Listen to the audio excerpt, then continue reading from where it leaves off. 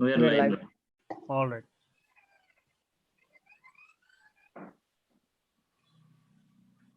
Yeah. Jitan, yes, we're live. You can start now.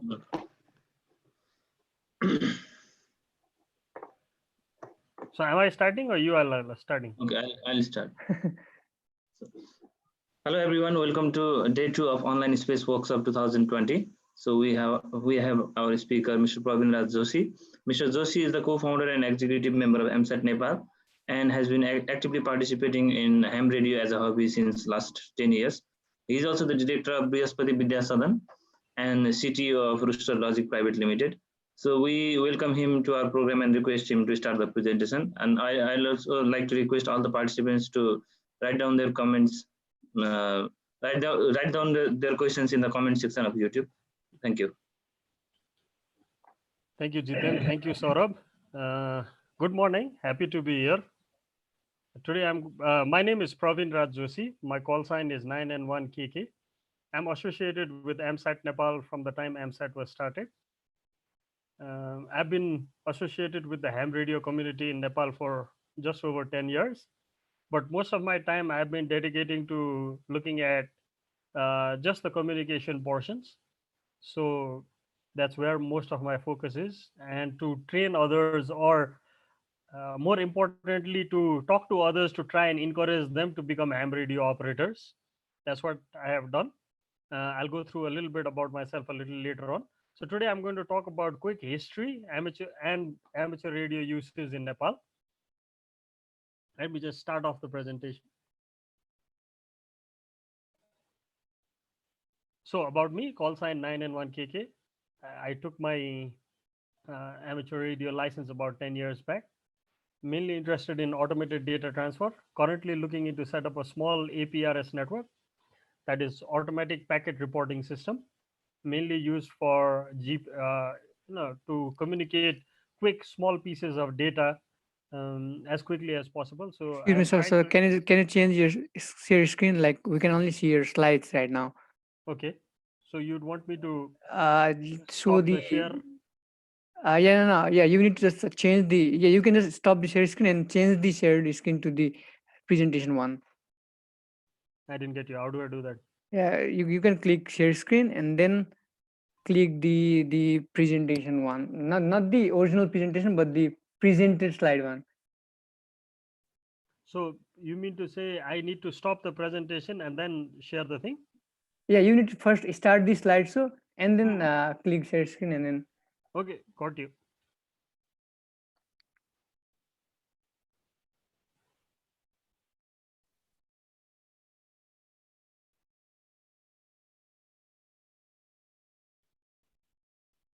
No, I'm not getting it. From the minute I start the slideshow, it just occupies the screen. Then how do I get into the meeting? You can click Alt tab and then go to Zoom and then click share screen. Alt tab. Yeah.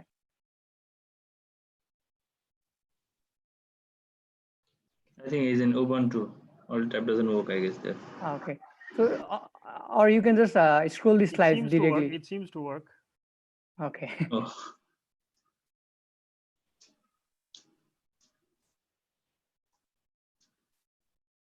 Okay, I think we Yeah, got yeah, it. it's Huh? working now. Yeah. Okay. Fine. So currently I'm looking into setting up a small APRS, automatic packet reporting system, that is mainly targeted to transfer weather data. We have, from Rooster Logic, we had done a project where we had installed very small weather stations in 6-7 locations. One of the primary problems that we are facing is consistently getting the data. So one of the ideas that we thought of was to start looking at what amateur radio operators have done around the world. We've tried so far, if you're thinking what have we tried, we've tried using Wi-Fi, we've tried using GSM network, but as we go further and further out of Kathmandu and cities, both of these networks seems to be very unreliable, especially when the weather is bad, especially when there are other physical problems. Those when you possibly need the data most, that's when these networks seem to be more less and less reliable. So we were thinking to look into APRS and see if we can build anything out of it. So that's what currently I'm doing. So let's go to the history of amateur radio in Nepal. If you look at the history of amateur radio in Nepal, it's not a very old one, it's more recent. If you look at the world history in amateur radio, about 1908, that's when people kind of tentatively agree is the beginning of amateur radio.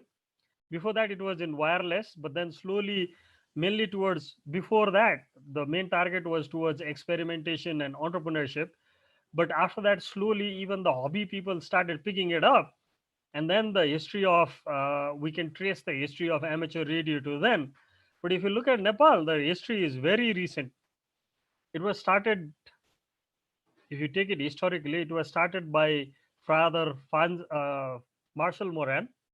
He was an American Jesuit priest who started missionary schools in India and Nepal. He founded St. Xavier's Godavari. It seems he had received an amateur radio license from India a long time back in the 1930s. And then he requested the then king of Nepal, King Mahendra, to give him permission to use amateur radio from his school in Godavari. So upon king's granting of permission, he started using ham radio from St. Xavier's Godavari with the call sign 9N1 MM in the 1960s. So if we look at the recorded history, this is the first instance of anyone from Nepal being in the amateur radio scene. So here you can see a picture of 9N1 MM working Morse long time ago. This picture I got from Wikipedia. We really don't have too many pictures, but this is one which I saw in Wikipedia. I remember looking at watching his program on Nepal television a really long time ago, where they were showing him using amateur radio. I think it was about the life history of Father Moran, but one portion of it they showed him using continuous wave Morse code with kids working ham radio stations. So that was probably the first time I looked at anyone using amateur radio. It kind of excited me in the sense that it was really fascinating to see someone pressing on a button and trying to figure out what they were doing. And then taking that idea, I later on once was at a post office and got to see how a telegraph message was sent. It was a surprise to me. It was done similarly. There were people pressing on keys at the post office and then they would be transferred. And it always stuck to my mind of how this thing works, how this communication happens. I could see the antenna near the airport. I could see the antenna near the post office, but never could really figure out how they work. But now it seems it would have been really fascinating to try and learn in those days. So in the late 1980s, Radio Nepal and Ministry of Communication of Nepal started using radio with the call signs 9N1RN and 9N1MC. So they were the first Nepali organizations to start using amateur radio for communications. So Radio Nepal and Ministry of Communications, they are near each other inside the Singadarbar campus. So probably both of them agreed to work on this. But this is first instance of Nepali organizations using amateur radio. If you look at the license exam history and if you try to track when the first Nepali people actually got licenses and started using amateur radio, you will see that it's only in the 1990s. So it's a very recent thing. It's nearly, if you think about it, about 100 years or 90 odd years after amateur radio kind of got established around the world. Radio communication license regulations came into being in 1997, around that time. I translated from Nepali date, so I'm not sure if it's the exact date. First exam was held with 5 people appearing in 1997. Then the exam did not happen for the next 14 years. Now exams have become much more common. I think at least twice a year is happening all the time. Before that, it was a rarity. So that's why we do not have too many amateur radio operators also in Nepal. If you really now is the only time when there are more and more people opting out for licenses, mainly because of universities supporting, especially through their electrical engineering program and crisis management program, talking about people like, why they should be getting amateur radio license, if not to use it as a hobby, but also to learn what they can, how signals are used all around the world. So uh, this is a very good example of how universities have influenced how the, people can look into technology, and people can look into communication and all sorts of things.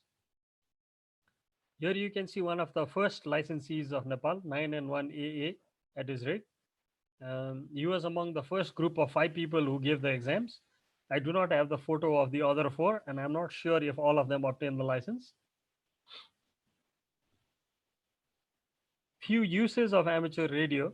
In Nepal, we have done few of the uses, but probably we have not done most of the other uses. Emergency communication. Yes, we have done emergency communication. I'll come back to it a little later on too. But we did use it quite a lot in 2015 in Nepal's earthquake. Amateur radio direction finding, de-expeditions, distance communications, Earth, Moon, Earth. Those are all hobby kind of thing. We've participated in Jamboree on the air, mainly through Nepal Scouts. A lot of them. I think every year, at least once, they've been participating with Jamboree on the air.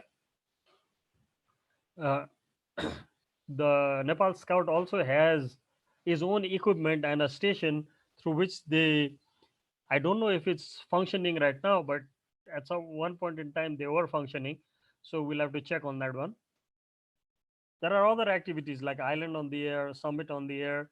But from Nepal, we mainly tried emergency communication. We have tried Jamboree on the air. And more or less beyond that is people talking to each other. And it's fun to talk to each other. Now, if you look at the current scenario of amateur radio in Nepal, you'll see there are not too many users. I had mentioned before also, and I'm mentioning it again. There are not too many users. We have quite a lot of number of licensees now. I think over 1,000, if I'm not mistaken. But then most of them are not using radio equipments. They have taken the licenses mainly when they were in universities. They probably use shared systems in the universities to learn quite a lot about it, and then probably don't have a rig of their own, mainly because 2 factors to it. We're not really sure about the costs that are associated with equipments that we can buy. One, and how much. So 3 factors. One is about the cost. The second is about availability. If you go to the local market, there are hardly any equipments that are available that you could just buy, bring it home and give it a shot, test it out, check if it works. It's not available. I was talking to a friend of mine in the US, and he was telling me, let's buy some of these equipments, and they were very small items that if you went to Amazon or something, they would arrive the next day and probably cost you, even if you look at Nepali money, about 200, 300 rupees. But the problem is you really can't find them here because we really don't have a shop that sells radio equipments, or for that matter even to find other electrical components. So many of them, it's a little hard, so because of that, probably the usage is on the lower side. And third, we are not a resource culture. We tend to be someone who will try to use something that is already done by something else. Actually, if you think about it, amateur radio fits perfectly well into that, because so many of these things, because it has been around for the last 100 years, people have done so many things in it that we could just replicate. But the problem is probably the awareness level is low in the community. um, Beside the university students coming out, and besides a few professionals, amateur radio is relatively unknown. Also, with the advent in technology and with mobile phones coming in, people really don't see a use for um, some of the things that amateur radio can bring in. But I think that's going to change, mainly because with the satellites coming in, with AMSAT's amateur radio satellite going to come in soon, there are all other things. And I think with the kind of, once these satellites come in, once we start getting data from them, what can happen is probably in schools even to create awareness, we could start our projects where people would start using these systems and realize, oh, we have much more than this. So probably one of the things that has not been done is also the kind of marketing that is required. Maybe because we really don't have an equipment producer out here. Outside most of the places that I've seen, like in India or US or other places, normally what happens is some people start using it, somebody sees a business in it, starts making some equipments for it, starts marketing it heavily, and then things begin to pick up. In our scenario, probably we really don't have this cycle going on, which allows people to enter s- uh, into this hobby. And also, most of the youth that probably would have wanted to use this technology seem to be hard headed to get out of Nepal. So probably 4 or 5 factors that we need to worry on, that probably hampers the current uses of amateur radio in Nepal. Not only amateur radio, think about everything else. I think it affects all of it. But having said that, we again just wanted to reiterate, over 1,000 people have already appeared in exams. We have few HF stations. We have quite a lot of video VHF radio, and it's increasing. There are quite a lot of people who have gotten into the scene, and there are a lot of people, mm, with the help of 911 AA, a lot of, and I think 911 SP, a lot of VHF sets have come into the country, which people have bought at subsidized rates or sometimes just been granted one.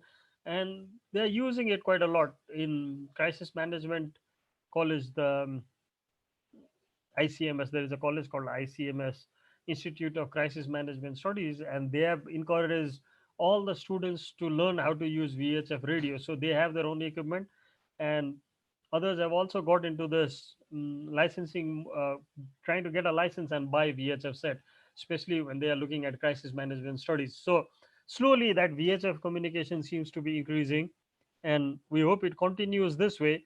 And with the satellite coming in from AMSAT, I think we, at least I feel that even younger students at the school level could be excited more.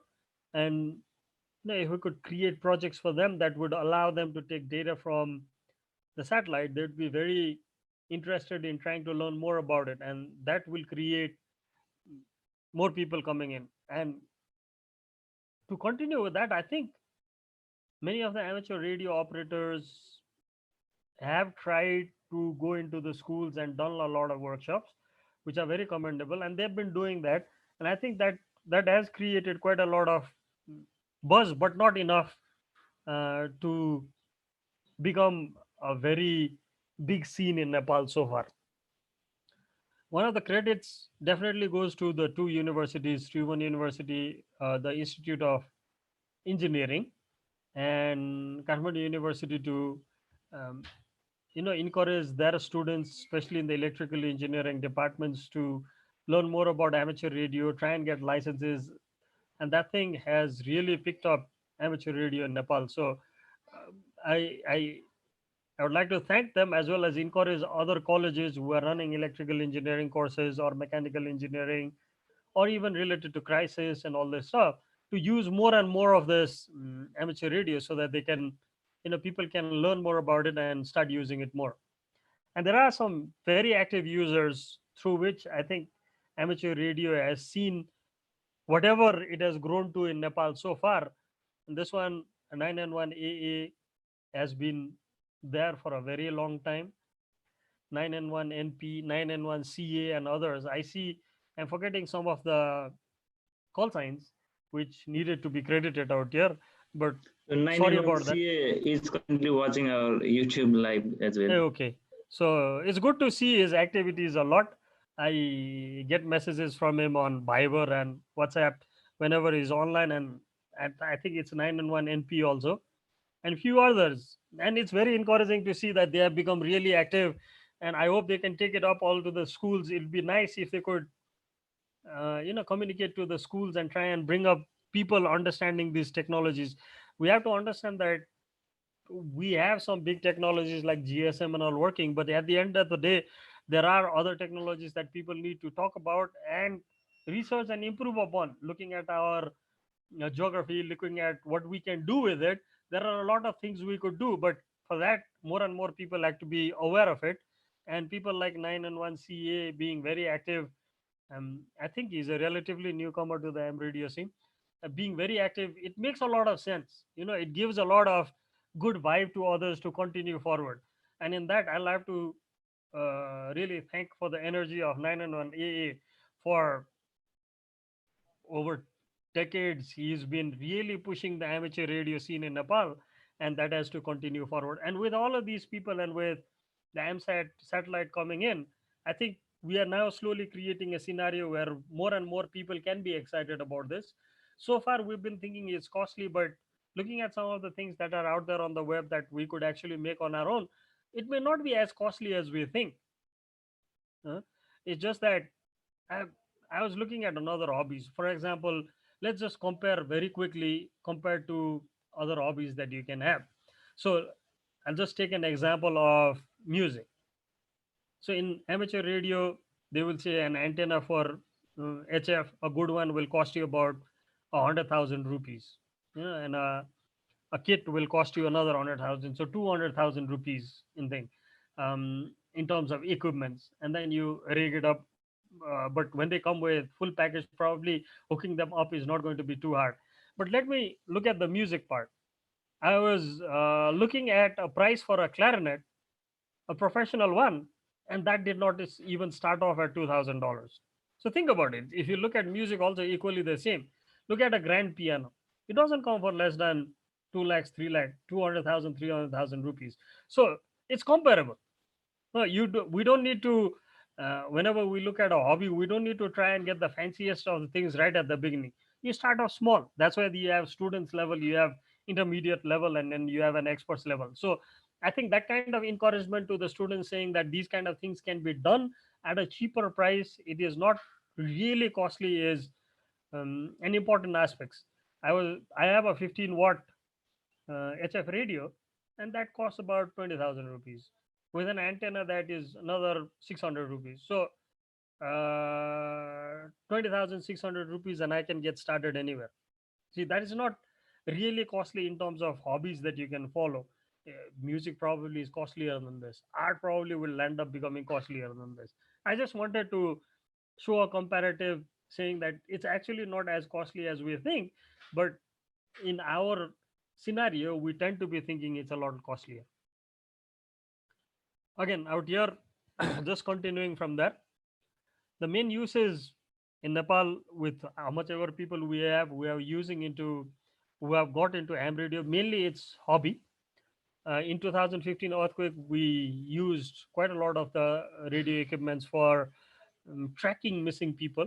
So communicating with the police, communicating with the hospitals, finding out who are lost, and then communicating with ham radio clubs outside of Nepal, to tell them if we could find anybody, if they could give us names that we could transfer over to the police or the local government, and all sorts of things. So we did a lot of that. There were a lot of amateur radio operators from outside of Nepal who came mainly from India. I think it was upon the request of the Prime Minister of India that a lot of amateur radio clubs from India came in, and though not much was achieved out of it, but it was a good show of faith in terms of, this is a community that can grow in Nepal and do a lot of things.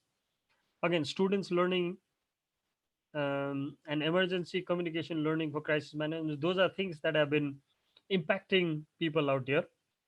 So I think amateur radio has a good enough scope in Nepal, and I think a lot more people are picking it up. We could do a lot more. We have to do a lot more in terms of encouraging students at the school levels. I think with the AMSAT satellite coming in, that is going to increase a lot more, and we might have a better scenario than today.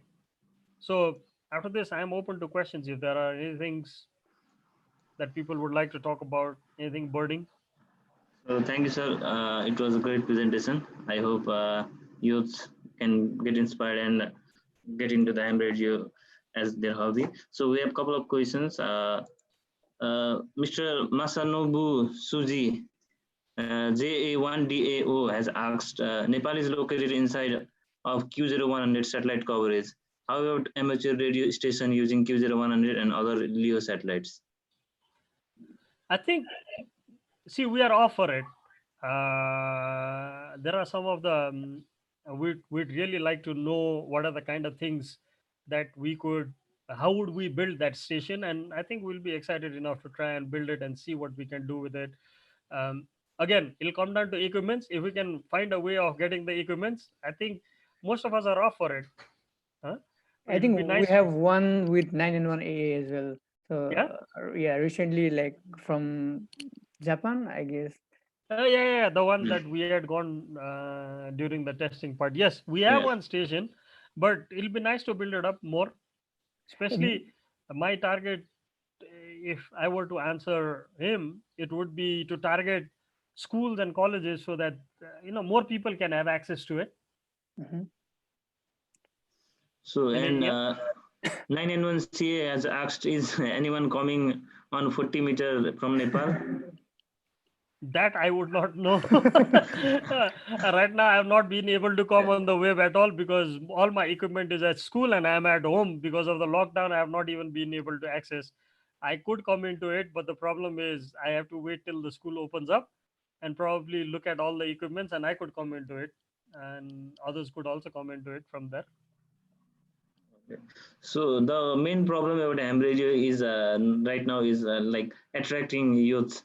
So even when we were in colleges, that we were not sure about this, and like what we would get by getting a license or something like that. Later on, it came to like it got connected to our work, so that's why we are here. So how do you think we can attract more youngsters into ham radio? So I think it's about getting them excited at the early stage. So if you look at, and you have to understand, not everyone is going to be excited about things. There are flashier things in life that Yeah, people are more excited about, like movies, yeah, like music. Everybody wants to be a great singer. yeah, At some point in our life, probably everybody thought, I'm going to make it as the next greatest singer. But those are flashy things that people want in life. But you have to understand there are a lot of students out there in school who would also, who are self learners and would want to learn about technology and all this stuff. I was talking to a student in you know a place called Guncha in Sindhu Palchok. It's a place, where would you call, just below Panch Pokhari in Sindhu Palchok. And this guy was making his own car, and he was trying to build remote control car. So I told him, see, you'll have to understand how signals work, and then probably getting into the amateur radio scene is probably something that you would want to. And he was really excited. So we have to catch people like him in schools who would like to yeah, try new stuff. So for yeah. that, I think the AMSAT satellite can become a vehicle for it, where if we can make very small equipments, very lightweight equipments, and donate it out to the schools, and then run 1 or 2 days classes out there and get the excited people. You don't need to get everybody from one school. Even if you start getting 1 or 2 people, Yeah. once you start going around the country, you land up with 300, 400, 500 people, and they Yeah. will bring that word out to others, right? So So yeah, I think even that if sort of marketing has not been done. even if we like use the NOAA satellites and got the data using the QFS antenna, the kids will be excited, and that's Yeah. how they get triggered. Yeah, so I think one of the projects that we can build, and I think you have to associate it with STEM learning, is to have these equipments that we can give to schools, and then the schools can use them to get NOAA Yeah, satellite data to other things, and people can look at real world data. They can put in a weather station, so they have a weather station down below which is showing them weather data there, and then you have the NOAA satellite giving you an image. Then people begin to see, oh, we can, sitting down in a village out here, we can actually get data from a satellite. We never thought about that. Now that can become exciting to a lot of people, right? Exactly. So that building of excitement has not happened. Like, you all got yeah, excited once you saw in your work that it can be fun, yeah. huh? So similar thing has to be done at the school level. I think we're not targeting that, the crowd who needs to be excited the most, the school people. So and in Nepal, like we have very few places that we can get radios and things like that. So how can a beginner get those radios and things like that in Nepal? So I think that's where an organization like AMSAT Nepal and others will have to work to come out with very small kits that can be bought at relatively easy, cheap enough price that people can just go and fit it in and start working with it.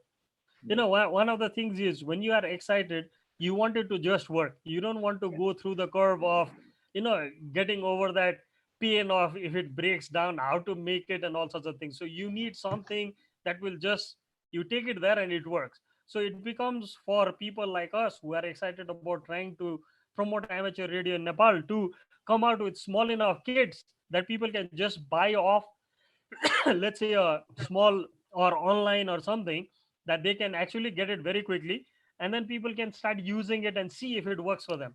I think that's something that we would seriously need to look into.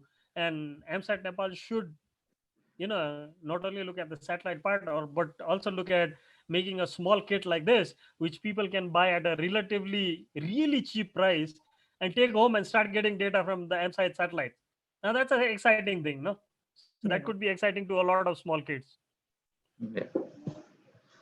So yeah, we also have looked at the antennas that you had, the really big Yagi antennas at Brihaspati above your office. Can you talk more about that? So the antennas that I had was, there were two antennas for sure. One is a dipole Yeah. that I got. I think it's a 144-meter long one. So probably not possible to put it in my home. We need a big compound to put that up properly. I'm going to transfer it to Kavre soon, because I have a place out there where I think it's going to be perfect to use for amateur radio. So I'll try and transfer it there. But that antenna I bought, actually we bought it about 7 8 years ago, just out of a whim, because we wanted to buy an antenna and keep our own and see how it works. So that's where we bought that. It's a it's a omnidirectional antenna. It's nice for VHF. It can do a lot of, I think it can do the entire VHF range that is given to us in the license. The other antenna is also a dipole antenna, but it's a three, I think it works on the harmonic frequencies. So it's also similar antenna to the dipole that we have. So the next problem that we are facing, I think you also know it, but we want to just say it to the public as well. So what we are also facing is that we don't have license in UHF. So to work in our satellite, so there's it's creating a lot of problem. We are using 991 AA's license. So what do you think can be done? Like I think there are many people who want the UHF license as well, but they are not ready to take the exam. So what do you think we can do?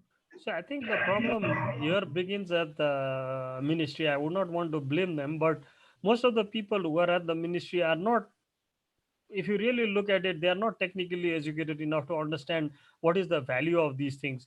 How the let's look at how the government program works. Most of the people who are in the government sector come in through the exams that they have and come in, and they are not really technically qualified. So I think the best thing to do is to promote to them, saying what is the value of it. I think one of the things that they have not understood is what is the value for it. Huh? For example, GSM, they understand the value of it. Huh? For example, other few other signals, we have seen that they understand the value for it. I think they have not been promoted enough regarding the value of it. So for that, I think a lot of promotional activities will have to be done. One of the things that we should not be afraid of is promoting the value of UHF or any other radio equipments. For example, I was reading the other day that Wi-Fi is now opened up a bandwidth in, from September they are opening up 6 megahertz, 6 gigahertz or something. Huh? I don't know if you have read about it, but Wi-Fi Oh, now is moving on. For in last 20 years is going through the first revolution of opening up a new bandwidth. Huh? I think it's at 6 gigahertz or something. So if these kind of things are coming in, probably we'll have to start thinking of UHF immediately. Otherwise, we'll have no other choices. No, these equipments will hit the market, and then you'll have not thought of what to do with them. So the scenario is coming. It's for us to promote it. yeah. Okay. So I have 991CA has suggested, as per Nepal geography, almost only 40 meter is reliable communication. So which experienced and senior AM can come in 40 meter and encourage the newcomers? So I don't know if 9N1 mm has AA has 40 meter. Do you all know anything about that? I'm not sure about it. Yeah. The question is from 91CA. Uh-huh. So probably he's already in communication with 9 and 1A. Once the lockdown opened up, let me give it a shot. Yes. All right, Yes. let the We need lockdown to try open it. up. We need to try it. Yeah, we can give it a shot for sure. So I have one more question. Like few years back, you had a Aries contact. So you had a contact with the ISS astronaut, and you encouraged a student to talk with the astronaut. So can you talk more about the program and how other high school students and colleges follow up with that? So the thing that I did was ARISS, that is amateur radio on the International Space Station. They have a program where they allow schools to talk with the astronauts in their free time, or if you're lucky, you can actually directly talk to the astronauts from time to time. Some of these astronauts, we have to understand two things. ISS, the last line of communication for ISS is amateur radio stations. I think there are 6 selected around the world, and they are the last line of communication to the ISS. So because of that, the astronauts that go on the ISS are normally trained amateur radio operators, and they tend to come on the amateur radio from time to time. So if we have the right set of equipments, and if you can track when the ISS is moving above you, and if it's daylight time, you never know, you could land up talking to the people on ISS. So that is one way of doing it.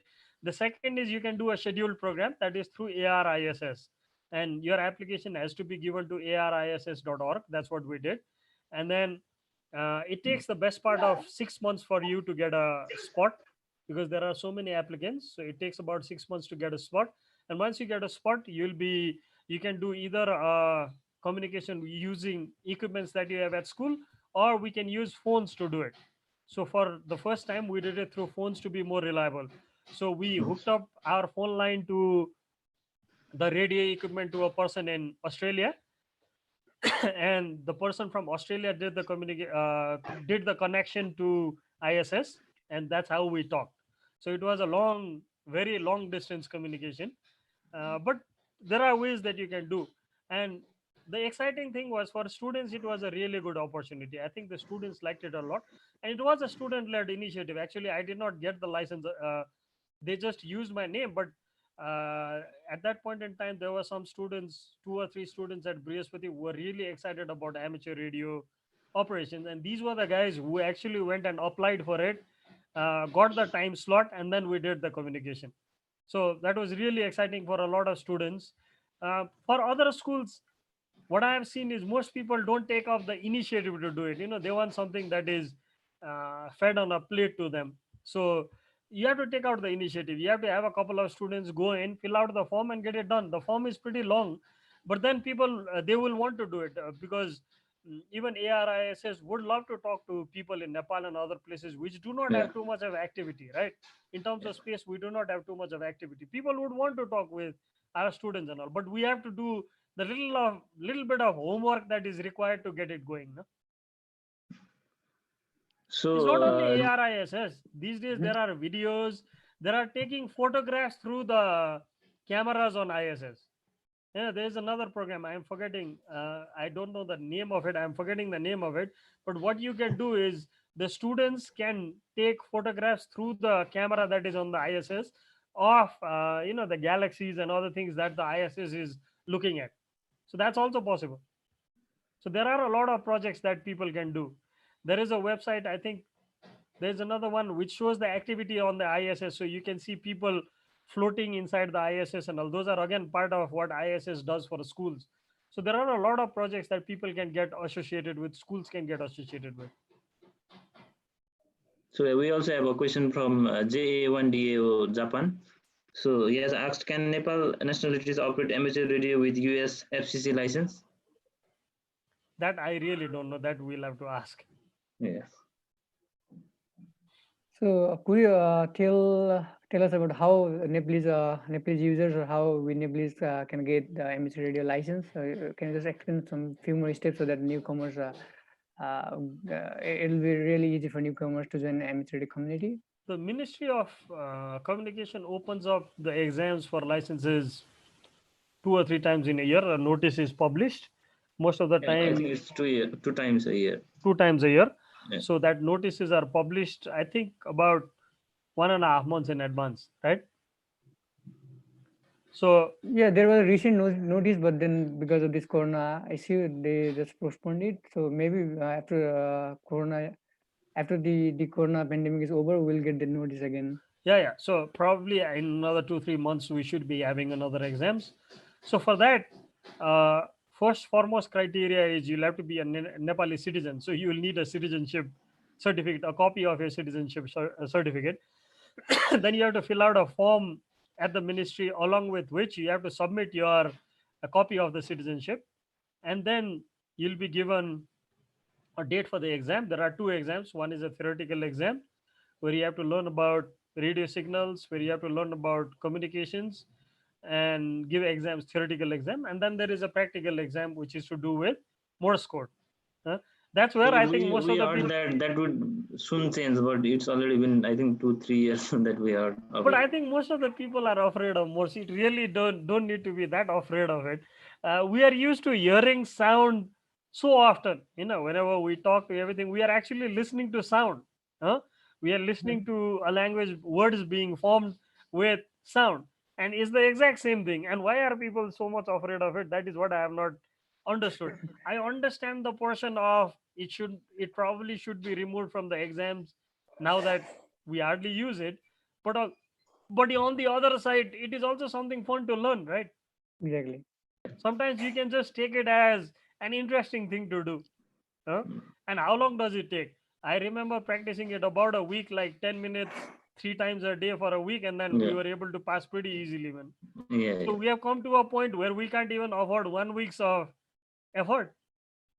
Now we can also look at it that way. No, we can look at it as being removed, and we can look at it as we can put in 1 week of effort, right? So I think I really, it'll be good if it can be removed. But even if it's not removed, I don't think we should use it as a deterrent for the exam. No, I think there are certain things in life we are too afraid of as Nepalese. One is maths. From class 1, everybody tells us maths is hard. Math and science, people tell it's very hard.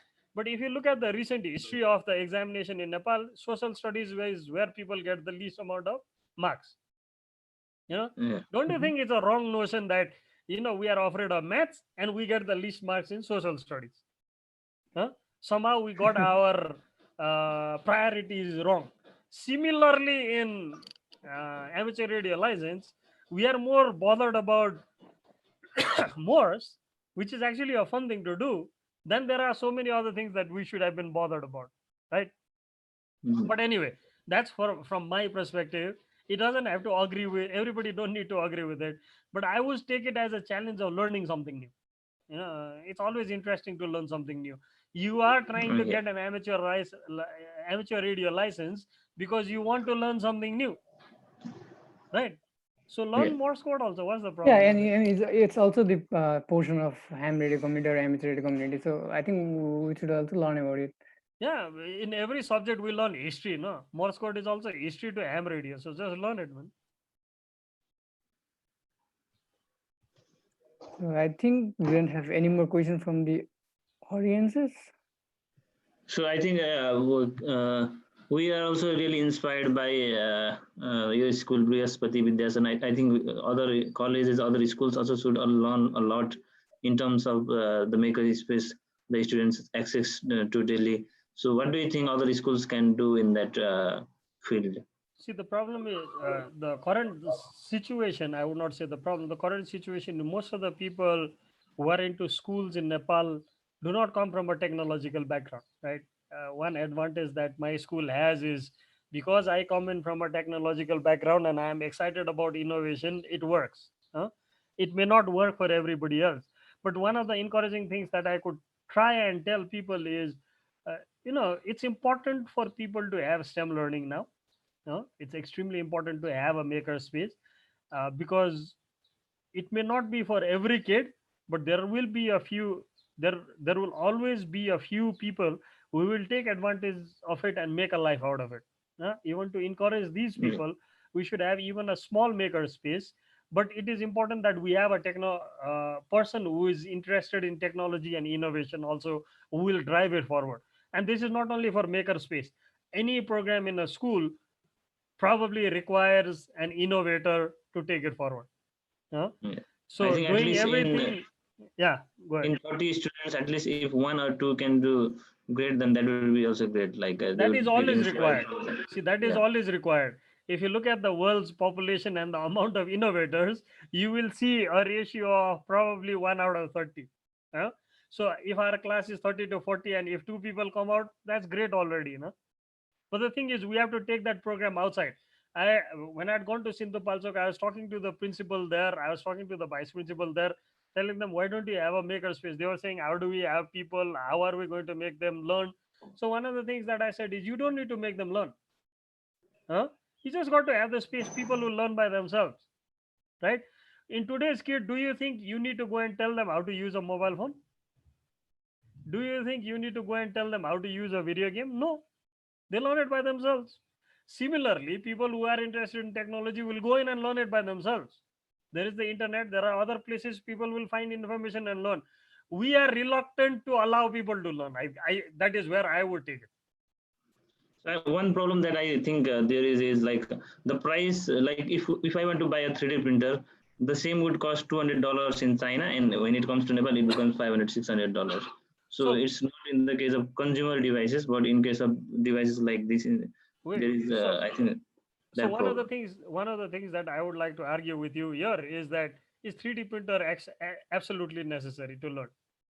You can learn without 3D printers, right or wrong. People came to making 3D printers after doing technology for 200 years. So it really doesn't matter. Even when they didn't have 3D printers, people still made the things that are being made today. So let me give you an example.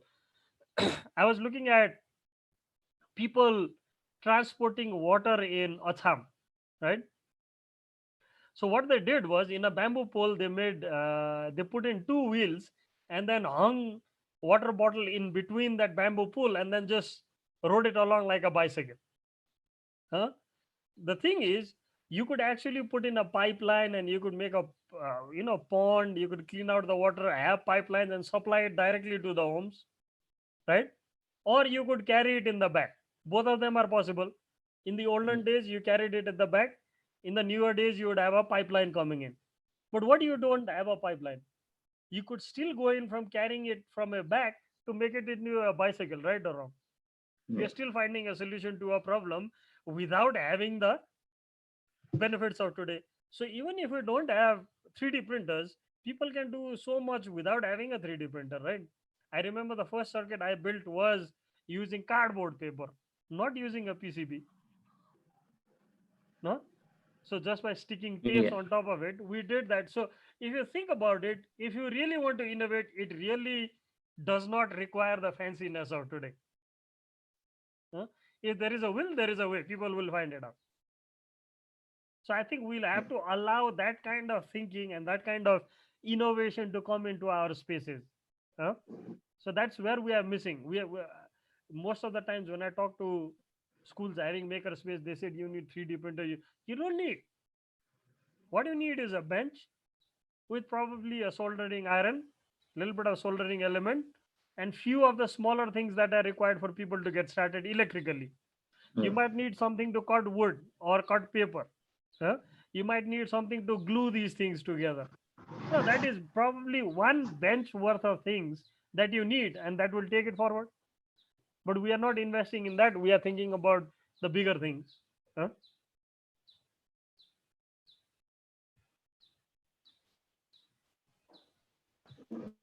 Yeah. So I don't think there's any more question, and we are right on time as well. All right. So I think we could end this session. So do you have any questions, Saurabh? Yeah, I don't have any more questions, so I think let's do an end. So we'd like to thank you very much for your time. So yeah, we are always collaborating. So yeah, hope to talk to you again soon. Yeah, thank you. You all have a good day. All right, see you. Thank you.